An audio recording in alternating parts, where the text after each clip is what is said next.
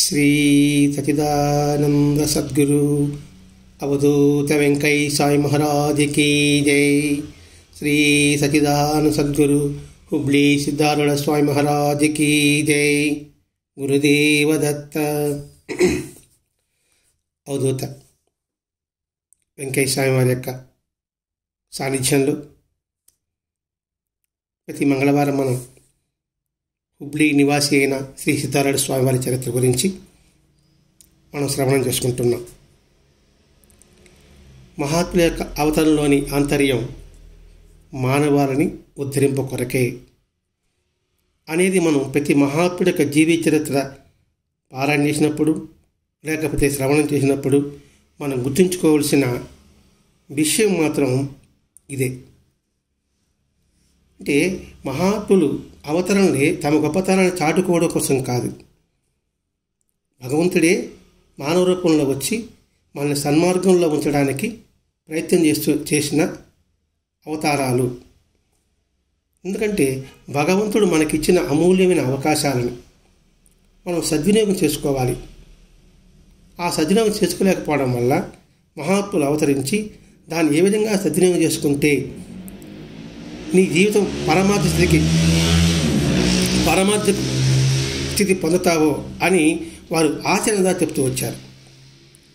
అట్లా ఆ హుబ్లీ ప్రాంతంలో సిద్ధారూఢ స్వామి అవతరించి ఆ ప్రాంత ప్రజలని, ఆర్తులని, జిజ్ఞాసులని, జ్ఞానునికి అందరినీ వారికి సంస్కరించి వారి జ్ఞానోదయం కలిగిస్తూ ఆ ప్రాంతమంతా కూడా అందరికీ సౌభాగ్యం కలిగిస్తూ ఆనందింపజేస్తూ ఉండేవారు.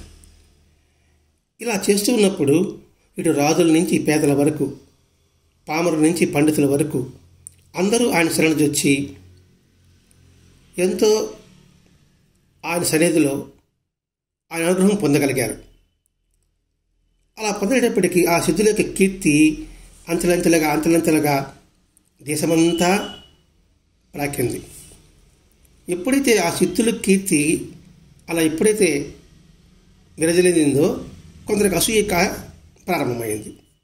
ఈ సహజంగా లోకంలో జరుగుతుండే ఉండేదే. అంటే అసూయకి ఎందుకు కలుగుతుంది అనే ఆలోచన లేకపోవడం వల్లనే అతను కష్టపడ్డాడు, అతను వృద్ధిలోకి వచ్చాడు. అది వ్యాపారంలో కావచ్చు, ఉద్యోగంలో కావచ్చు, ఏ రంగంలోనూ కావచ్చు. మరి మనకు రాలేదని మనం ఎందుకు అసూయ పొందడం అని ఆలోచించాలి. కానీ ఇక్కడ స్వార్థం బాగా పెరిగిపోవడం వల్ల అటువంటి అరిషడ్ వర్గాల్లో అసూయ ముందు మొలకెత్తుంది. వెంటనే సిద్ధులను దూషించే వర్గం ఒక తయారైంది. ఇట్లాగా ఈయన బాగా పేరు వచ్చేస్తుంది, ఈయన ఎట్లయినా సరే ఇతని పీడ విరగడ చేసుకోవాలి, అయితే కానీ మనకు ఒక ప్రాముఖ్యత రాదు అని అతను చంపడానికి కూడా ప్రయత్నం చేశారు. ఎట్లా ఒకసారి విషప్రయోగం చేయాలనేసి ఒక ముసలావిడికి ఒక బంగారం ఆశ చూపించి, నువ్వు ఎట్లయినా సరే విషం కలిపిన అన్నాన్ని ఆ సిద్ధారూఢ స్వామికి తినిపించు, నీకు బంగారం ఇస్తాం అని చెప్పటికి సహజమైన ఆశతో అత్యాశతో ఆ ముసలామి ఒప్పుకున్నది. వెంటనే స్వామి దగ్గరికి వెళ్ళి, దేవా మీకోసమే ప్రసాదం ఎంతో విశేషంగా తయారు చేసి వచ్చాను, కాబట్టి స్వీకరించండి, ఈ భక్తురాలని కరుణించండి. ఇప్పటికే భోజనం సమయం అయిపోయింది. అమ్మ నేను ప్రసాదం తీసుకునేసానమ్మా, వేళగానే వెళ్ళొచ్చారు, కాస్త ముందుగానే వచ్చి ఉంటే నేను తీసుకుండేవాడిని, నేను ఒకసారిగా తింటాను మీకు తెలుసు కదా అని చెప్పటికి ఆయన విడిచిపెట్టలే. ఎందుకంటే బంగారం వస్తుంది కదా. సరే ఎట్లయినా సరే మళ్ళీ స్వామి బతిలాడు ప్రారంభించింది, మీరు స్వీకరించకపోతే నేను ఉపవాసం ఉంటా అనేటప్పటికి స్వామి కొంచెం మనసు ద్రవించింది. అవునమ్మా, నా కోసం ఎంతో శ్రమపడి తీసుకొచ్చావు, చూడు తల్లి, సరే అది ఏదైనా నువ్వు ప్రసాదం అన్నావు కాబట్టి తీసుకుంటా, నువ్వు ఏ భావంతో వచ్చినా నాకు భక్తిగానే కనిపిస్తుంది. అంటే నువ్వు ఉపవాసం ఉంటే నా పట్లలోని బ్రహ్మానికి హింసించిన వాడిని అవుతాను అని ప్రసాదం తీసుకున్నాడు. ఆమె ఉపవాసం ఉంటే ఈయన పొట్టలో బ్రహ్మం హింసింపబడేది. ఈ ఒక్కొక్క పాయింట్ మనం అర్థం చేసుకుంటూ రావాలండి. ఆమె ఆకలిగా ఉంటే ఈయనకేమిటి అంటే ఏమిటి? లోపల జీనశక్తి రూపంలో పరమాత్మ స్వరూపుడు ఉన్నాడు అని భగవద్గీత కృష్ణుడు చెప్పున్నాడు కదండి. అంటే ఏంటి? అందరి రూపంలో ఉన్న చైతన్యం తాను యొక్క స్వరూపం. నీకు బాధ అయితే నాకు బాధ, కాబట్టి నువ్వు ఉపవాసం ఉంటే నాకు కూడా లోపల పరబ్రహ్మని బాధ పెట్టినవాడిని అవుతాను అని తీసుకున్నాడు. ఈ సంఘటన మన షిరిడీ సాయిబాబా చరిత్రలో మనకు కనిపిస్తుంది కదండి. రఘువీరపురందరే పల్లకికి షెడ్డు నిర్మించాలని కూర్చుంటే, బాబా భోజనానికి పోరంటే, నేను భోజనానికి పోతే నువ్వు దీన్ని పాడు చేస్తాను ఉద్దేశంతో భోజనానికి పోకుండా ఆ పని చేస్తున్నప్పుడు బాబా ఒక మాట అంటాడు, రేవన్న భోజనాన్ని తీసుకుపోరా అంటాడు. వాడు రాడు. వాడు మొట్టే మూర్ఖుడు రా, నా లోపల పేగులు బాధపడుతున్నాయి, వాడు ఆనందం రాకపోతే అనేటప్పటికి చూడండి, రఘువీరపురం వచ్చి గోరుని ఏడుస్తాడు. నేను తిరగకపోతే మీకెందుకు కడుపులో అటువంటి బాధ కలుగుతుందని.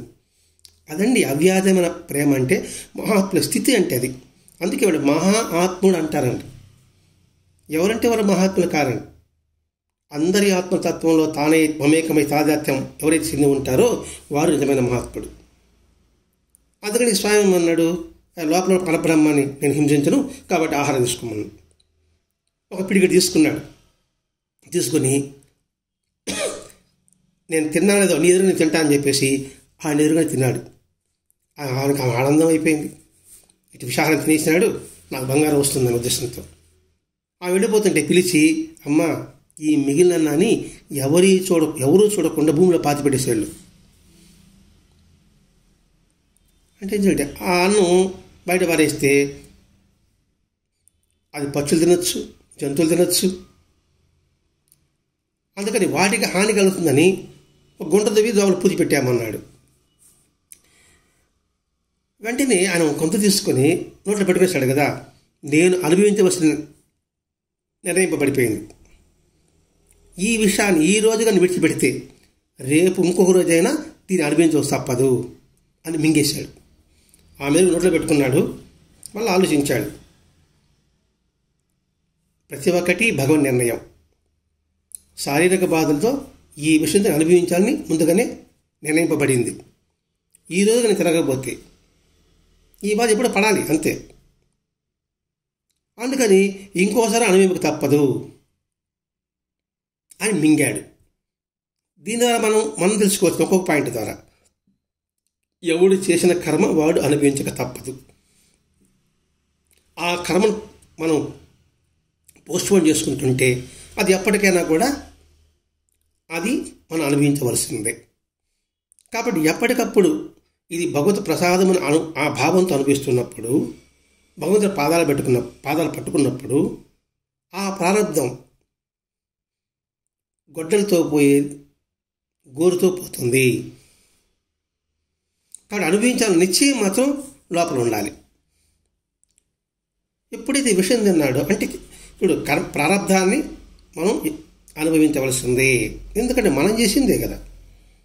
మనం లోన్ తీసుకున్న రోజు కట్టాల్సిందే. కట్టకపోతే చక్రవడ్డీ పడుతుంది. ఇట్లా ఆలోచించినప్పుడు మన ప్రారంధకరం వచ్చినప్పుడు సంతోషంగా దాన్ని భరించగలం. ఒక సంతోషంగా భరించలేకపోయినా భగవంతుని తిట్టం. ఏది అవగాహన కలిగినప్పుడు బాధపడతాం. ఎంతో సంతోషంగా భరించే సామర్థ్యం నూటికి ఒక్కరికుంటే ఎక్కువ. కానీ బాధపడతాము, కానీ భగవంతుని మాత్రం తిట్టం. అది కొంచెం మేలే కదా. అందుకని మహర్షి గారి ఇటువంటి మహాత్మ మనకి శ్రవణం చేయమని ఇచ్చారండి. ఎప్పుడు ఇది విషయం లోపలికి పోయిందో శరీరం బాధపట్టింది. వెంటనే అందరిని పిలిచాడు. నేను 21 రోజులు సమాధిస్తులకు వెళ్ళిపోతున్నా, నన్ను మాత్రం ఎవరు కదిలించవద్దు. వెంటనే ఎందుకు స్వామి ఇలా చెప్పాడా అనుకుంటే, ఓ స్వామికి విషయం పెట్టిన సంగతి తెలుసుకునేశారు. గబగబా వైద్యులు వచ్చారు ఆ విషయాన్ని కక్కించాలని. సిద్ధులు వద్దని చెప్పాడు. చెబుతూ, నేను ఇప్పుడే దేహత్యాగం చేయనయ్యా, మీరేం భయపడాల్సిన పని లేదు, అందరూ ఏకాగ్రమైన మనసుతో మీరు ప్రార్థన చేయండి ఈ 21 రోజులు. ఇదే వెంకటేశ్వర తీర్థంలో ఉంటుందండి. ఒకసారి ఆయనకు బాగా చూసి ఎగరేస్తూ ఉన్నాడు. ఎగరేస్తే భక్తులందరూ అనుకున్నారు ఇంకా స్వామివారి పని అయిపోయింది, వెళ్ళిపోతారేమో అని అందరూ పోయి బోరు ఏడుస్తున్నారు. డాక్టర్ని పిలుచుకొచ్చాడు. స్వామి డాక్టర్ వచ్చాడు అన్నాడు. ఎందుకన్నాడు? నీకు సూది ఎక్కాడు ఆయనకని. సూది వేసి తగ్గుతుందా అన్నాడు. తగ్గుతుంది సామని అన్నారు. సరే ఆయన సూది వేసినాడు, మళ్ళీ మామూలుగానే ఉంది. ఆయనకి అట్లే ఆయాసంతోనే ఉంది. స్వామి మీరు తలుచుకుంటే తగ్గుతుంది అన్నాడు. అలాగా నేను ఇప్పుడల్లా సరే విడిచిపెట్టను అని ఆయన కూడా చెప్పుకున్నాడు. అదేవిధంగా బాబా కూడా మీద బోరు చేడిస్తే 2000 పెరట్లు వచ్చి కాల్చినా కూడా మనం బాధపడకూడదు. ఎందుకంటే వాళ్ళు సంకల్ప సిద్ధులు. వాళ్ళు తను వచ్చిన కార్యం ఎంతవరకు చేయాలో అంతవరకు చేసిన తర్వాత వాళ్ళు శరీరం వదిలిపెడతారు. మరి ఈ సంఘటన ఎందుకు అంటే మనలో భక్తి విశ్వాసాలను దృఢం చేయడం కోసం.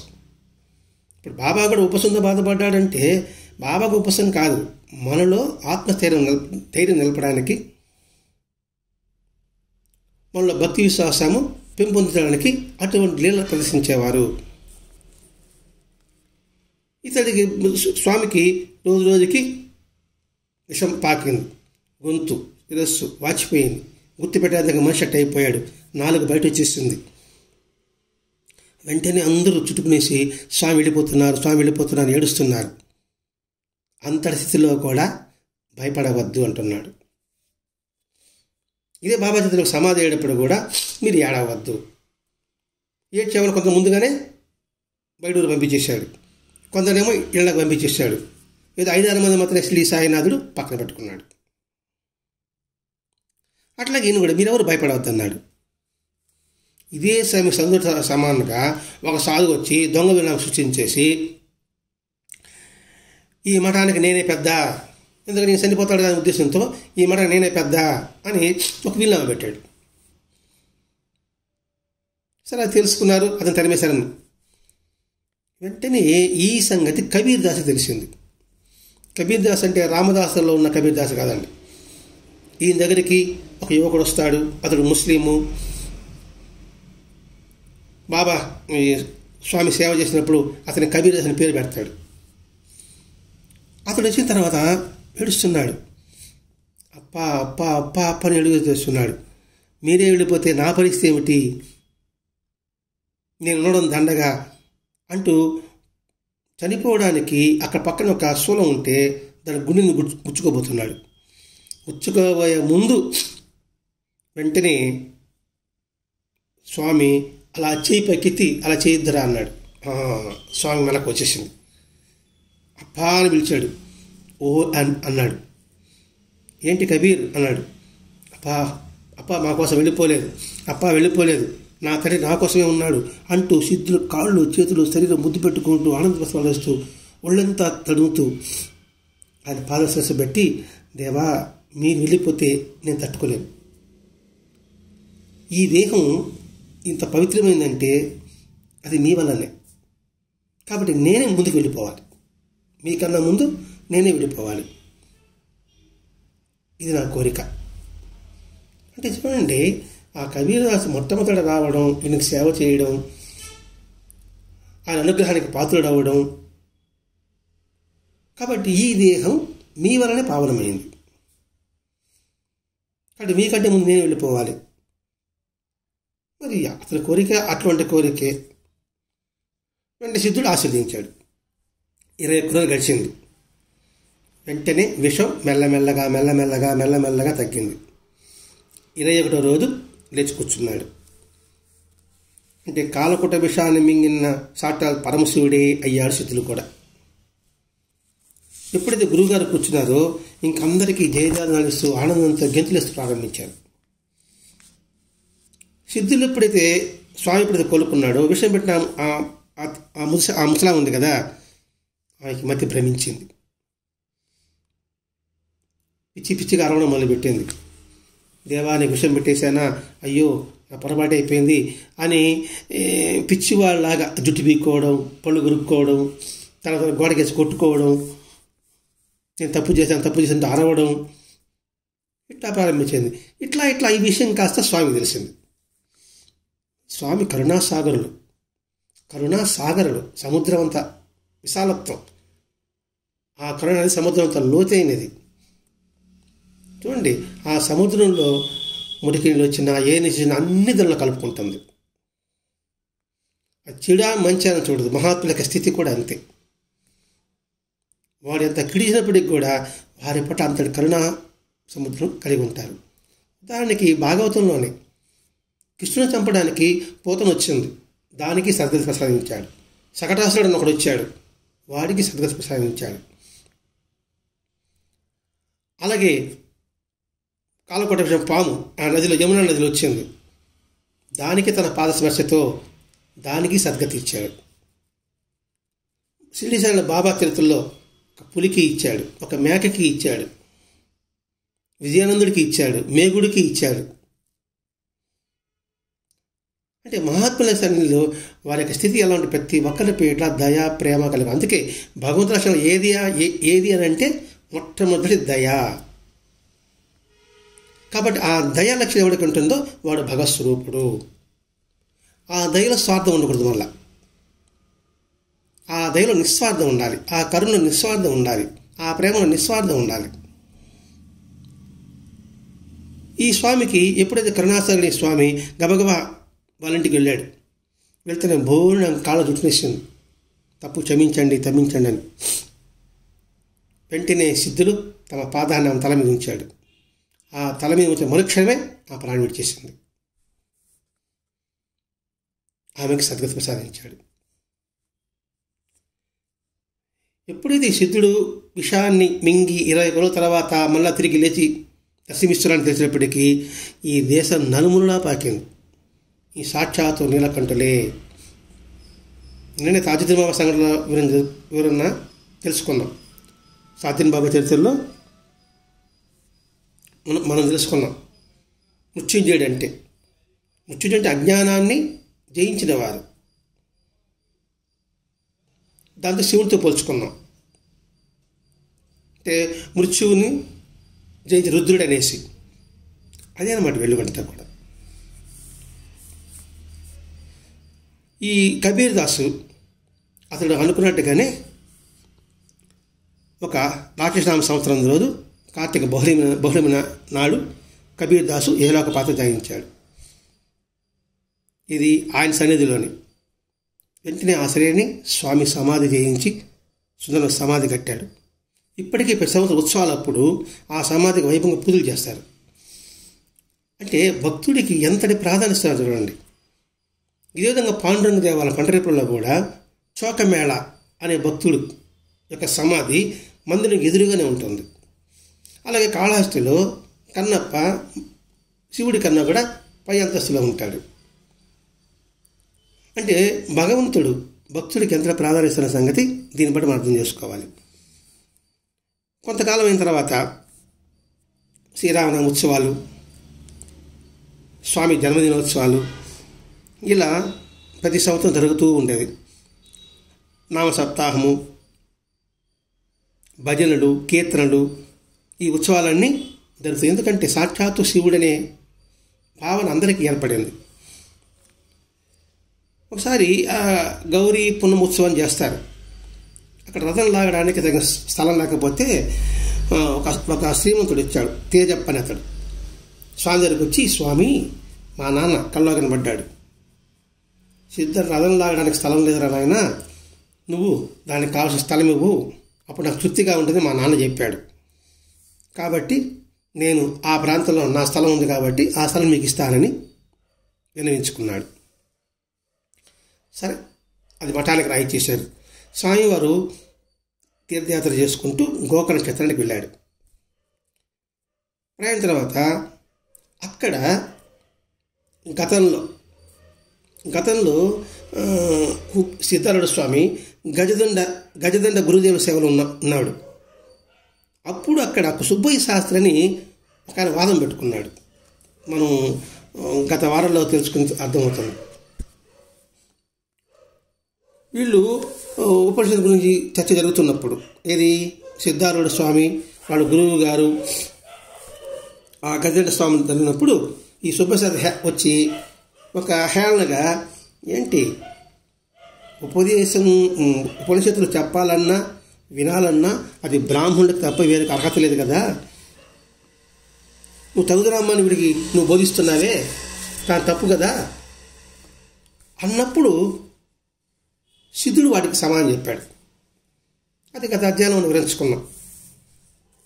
ఆ సుబ్బయ్య శాస్త్రి దేశాంతరం చేస్తూ చేస్తూ చివరికి అతనికి ఏదో మనశ్శాంతి లేకుండా పోయింది. నేను అతడు సిద్ధుడిని మనం అవమానించే ప్రయత్నం చేశామే అని బాధపడుతూ కుమిలిపోతూ ఆ సిద్ధారుని ధ్యానిస్తూ సిద్ధ అంటూ ఆయన కోసం వెతికిలాడాడట.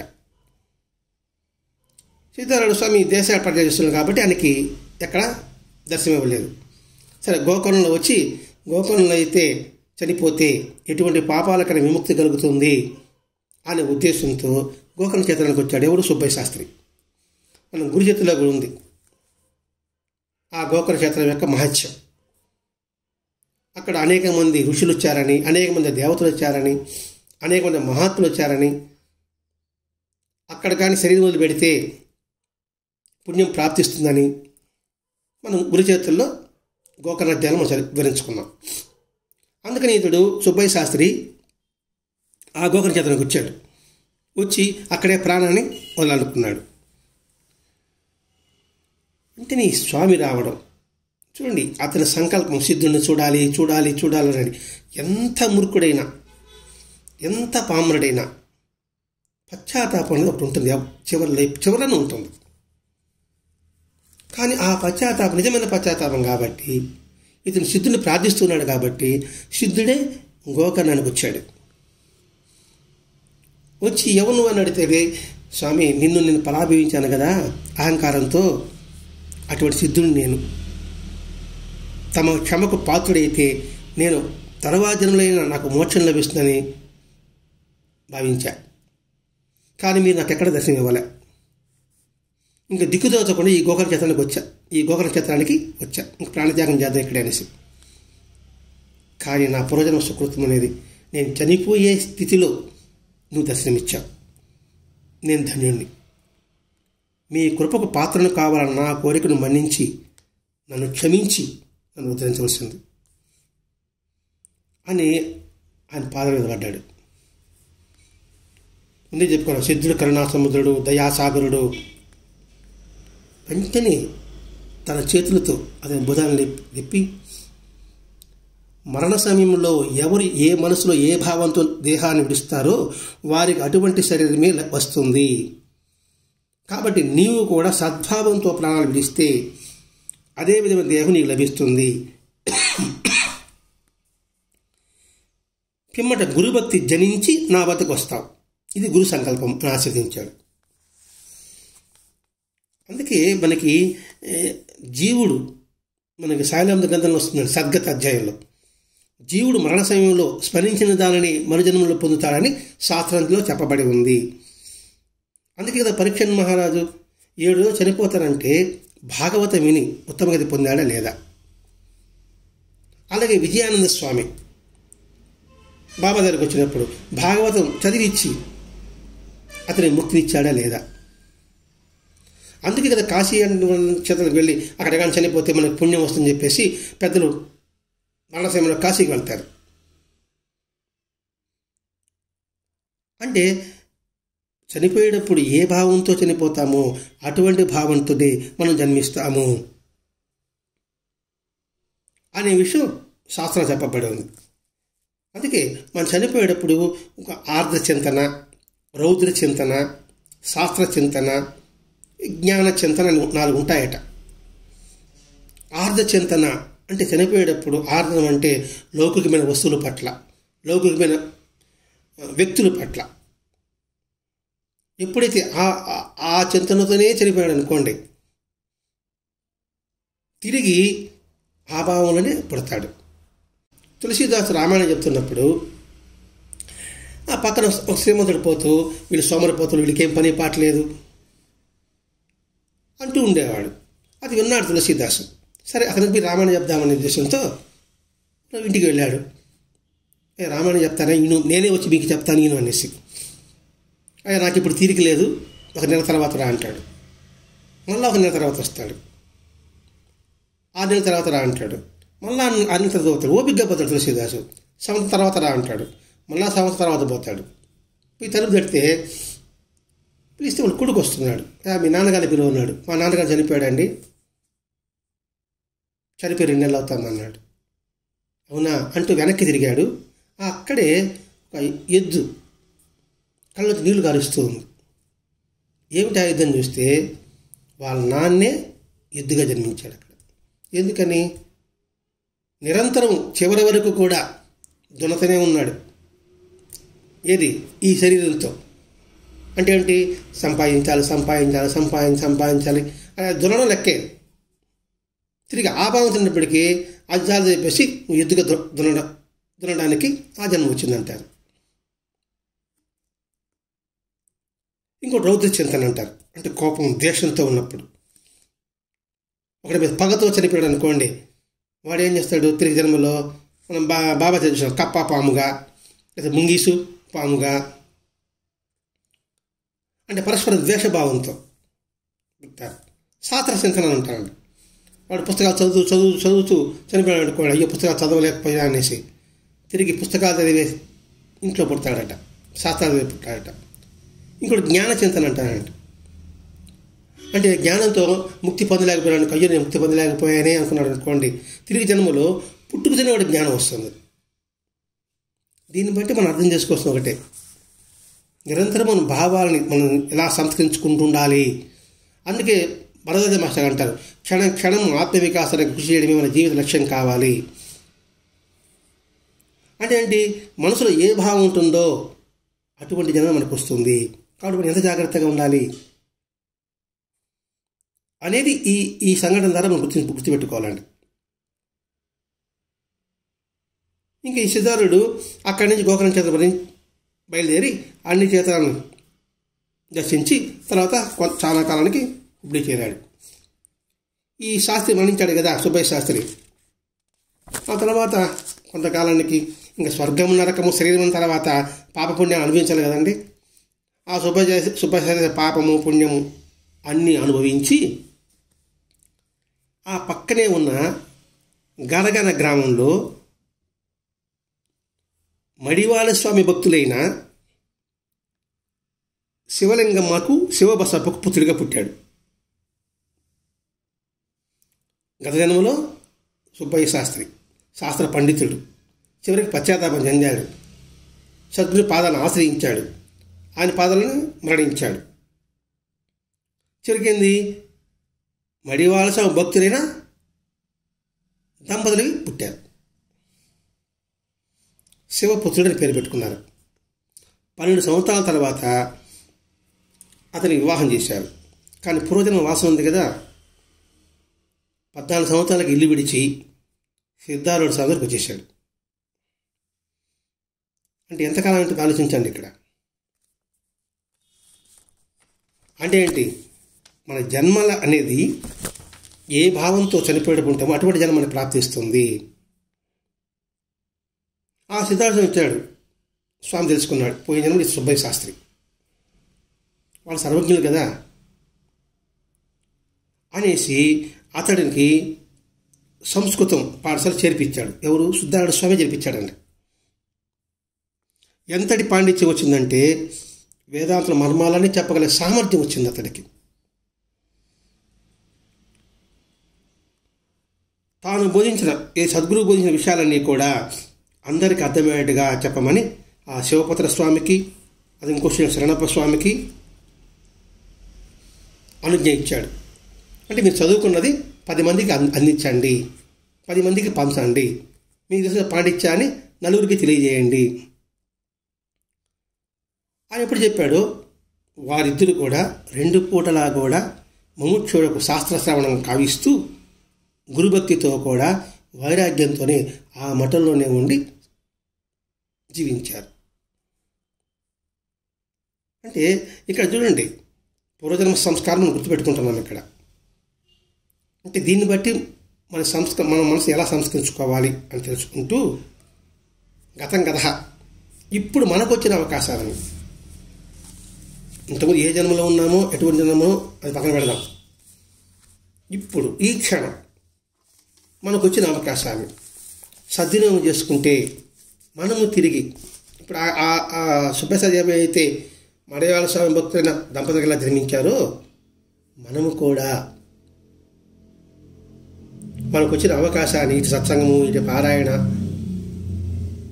సత్సాంగత్యము, సమాజ సేవ, దయా, కరుణ, అహింస ఇటువంటి భావాలతోనే మన నిరంతరము మన మనసులో కేంద్రీకరించుకుని ఉంటే ఆ భావంతో శరీరం విడిచిపెడితే మనం ఆర్ధ చింతన లేకుండా, రౌద్ర చింతన లేకుండా కనీసం సాత్వ చింతనలన్నా మనం జన్మించడానికి అవకాశం ఉంటుంది. అక్కడి నుంచి శాస్త్రాలు చదువుకుంటూ పుణ్యించడం జరిగిన తర్వాత జ్ఞానచింతనతో ఆ భగవంతుని చేరడానికి అవకాశం ఉంటుంది.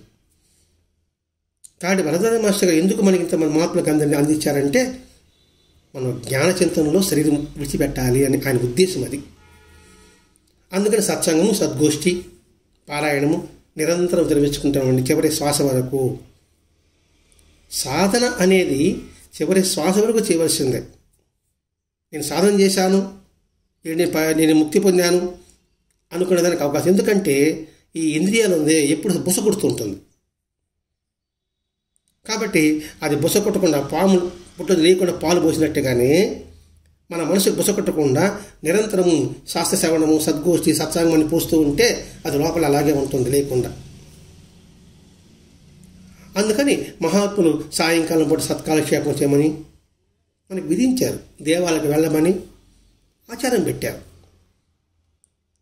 ఇట్లా వాళ్ళు చెప్పిన ఆచారాలన్నింటినీ పరమార్థాన్ని తెలుసుకొని ఆ మార్గంలో పయనిస్తారని భరద్వాజ మాస్టర్ యొక్క సంకల్పం.